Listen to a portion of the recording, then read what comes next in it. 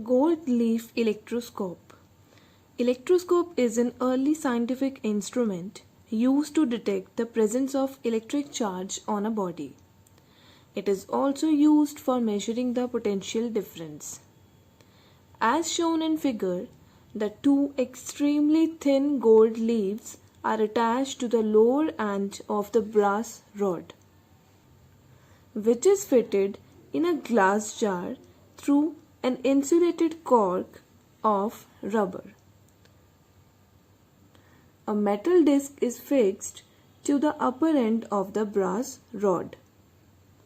The gold leaves are extremely thin conducting foil that has low mass per unit area and is flexible, so they respond very quickly to small electrostatic forces.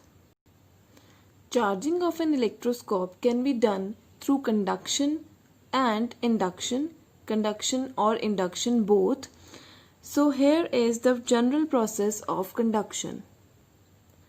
The metal present here is neutral. When we will bring the positively charged glass rod in contact with this neutral metal, it will attract the electrons and the arrangement will be like this. Then all the electrons will transfer to that glass rod and that will become neutral and this metal will become positively charged. So here is charging an electroscope by conduction. Charging by conduction involves the contact of a charged object to a neutral object. Touch the positively charged glass rod with the metallic disc. What do you observe? We observe that as soon as the positively charged glass rod is brought in contact with the neutral metal disc, the glass rod will attract the electrons from this metal disc and the electrons will get transferred to the glass rod and glass rod will become neutral. As a result, the metal disc will become positively charged and the gold leaves diverges due to the presence of similar positive charges on them. Now, remove the glass rod. We noticed that the leaves still remain diverged. This shows that electroscope is charged by conduction. Now, touch the electroscope with your hand. What do you notice? We find that the gold leaves collapses. This indicates that electroscope is discharged. How this happened?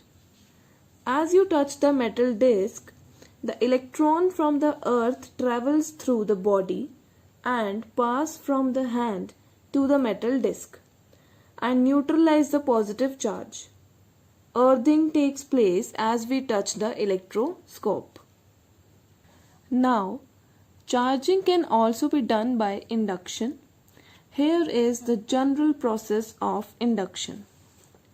A positively charged object is brought near but not touched to the neutral conducting object.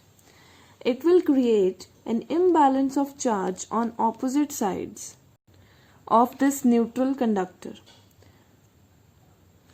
Once the charge has been separated within the object, a ground is brought near and touched to one of its sides. It will permit the flow of electrons between the object and the ground. The flow of electron results in the permanent negative charge on the body. This flow of electrons will neutralize this extra positive charge and it will result in the permanent negative charge on the body, and that will be opposite to the charge of object which was used to charge it. That was positive charge and will get negative charge. Here, these are the bound charges as they are attracting each other, and here on the opposite side there is free charges which will neutralize through the flow of electrons from the ground.